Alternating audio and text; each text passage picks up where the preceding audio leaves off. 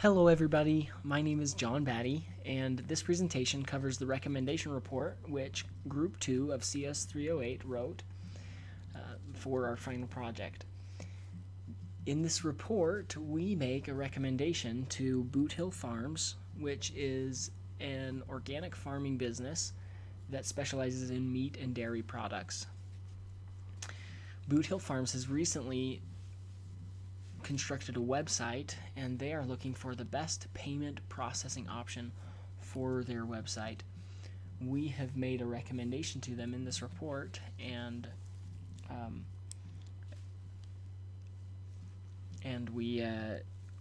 this presentation covers the report that we wrote for that recommendation. This report was written over several weeks, and it has several different pieces, and so in this presentation I'm going to walk through each one, what content is in it, why that content was put there, and why we made the decisions that we did for this company. Now, the first part of this document is the letter of transmittal. This part serves as a little bit of a cover letter for the document. Its purposes are simple. It's addressed to the main decision makers. In this case, it's addressed to Brian Bell. And it's kind of a call to action for Brian, trying to encourage him to read this report. One of the main parts of this is explaining the importance of the issue and urging the decision maker, in this case Brian Bell, to understand the importance of the issue and to take action. Next, we have the title page, another really simple part of the document. Its purpose is to give a little bit of identity to the report. It simply states the title, the date, and the authors. Third, here's the executive summary. This executive summary is simply a bird's eye view of the report. It gives all of the actionable information in as few words as possible.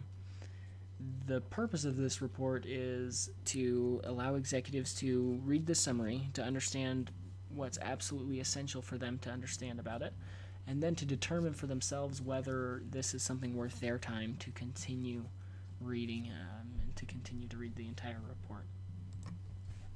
Getting into the body of our document, we explain here in the criteria and research methods section, we explain the criteria that we chose and why we chose them, and the methods that we used to examine each option and to examine all the different options and evaluate them against these criteria.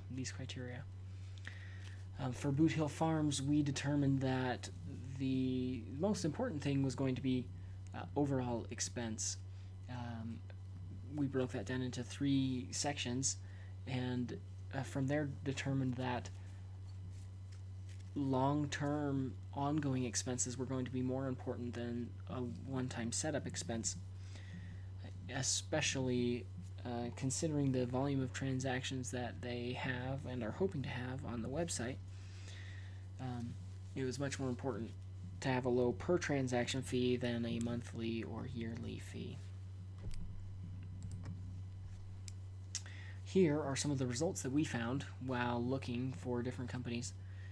There are dozens of different companies, but these are a few that we selected because of how popular they are among small business owners and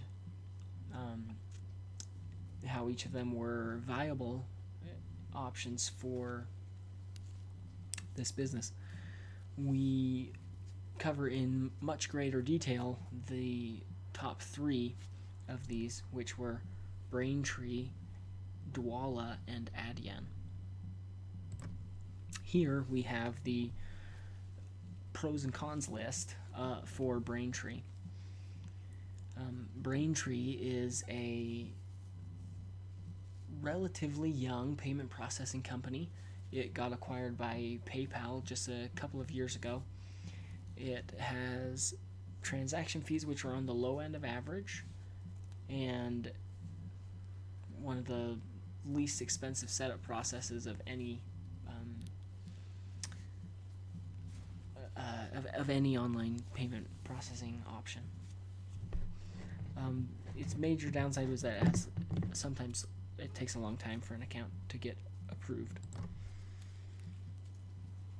Here we have Braintree evaluated against all of our different criteria, and each one given a weight between 0 and the maximum weight that was assigned for that criteria.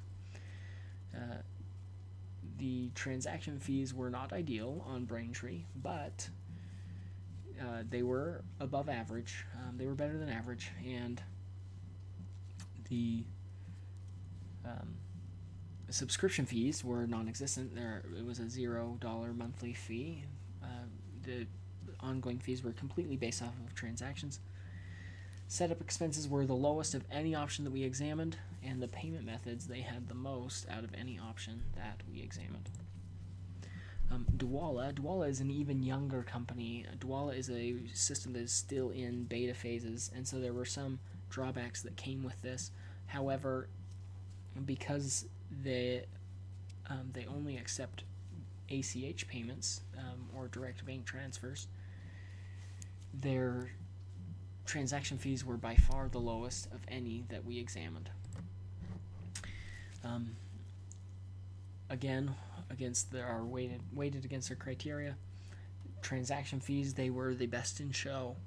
Subscription fees, again, no ongoing subscription fees, only transaction-based ongoing expenses. The setup expenses was where it started to get a little bit less desirable.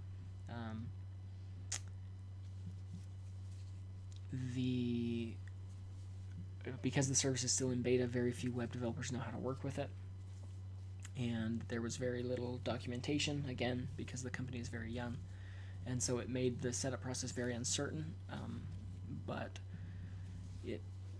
because there are very few developers that have ever worked with this technology, it became very likely that it became almost certain that it would be new technology for any developer that was hired to do this project. But where Dwolla had suffered the biggest loss was in payment methods, where Dwolla only accepts direct bank transfers, and many individuals are wary of giving bank account numbers and information to businesses, especially businesses they haven't purchased from before, and so it especially hurts new client acquisition. The third company that we examined was, the third in our top three was Adyen. Adyen is a very popular payment processing service that's used by huge companies such as Uber. It's very user-friendly and it has a really wide variety of payment methods. As far as transaction fees go, Adyen is slightly above average. Adyen did offer some solutions which had much lower fees, such as ACH, at a rate that was almost comparable to Dwolla. But they also had many options which were a lot higher than the going rate, with many of them ranging up into 4% per transaction, plus 11 cents.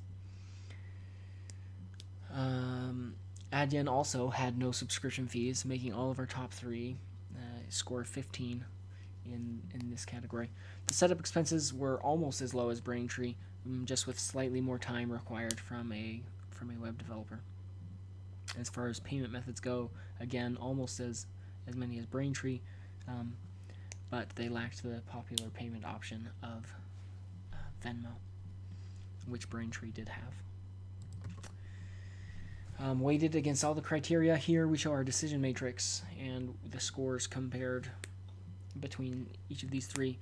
When compared and added up, it's clear to see that Braintree is the winner. Braintree is the clear victor here on this decision matrix, with Dwolla coming in second and Adyen not terribly far behind.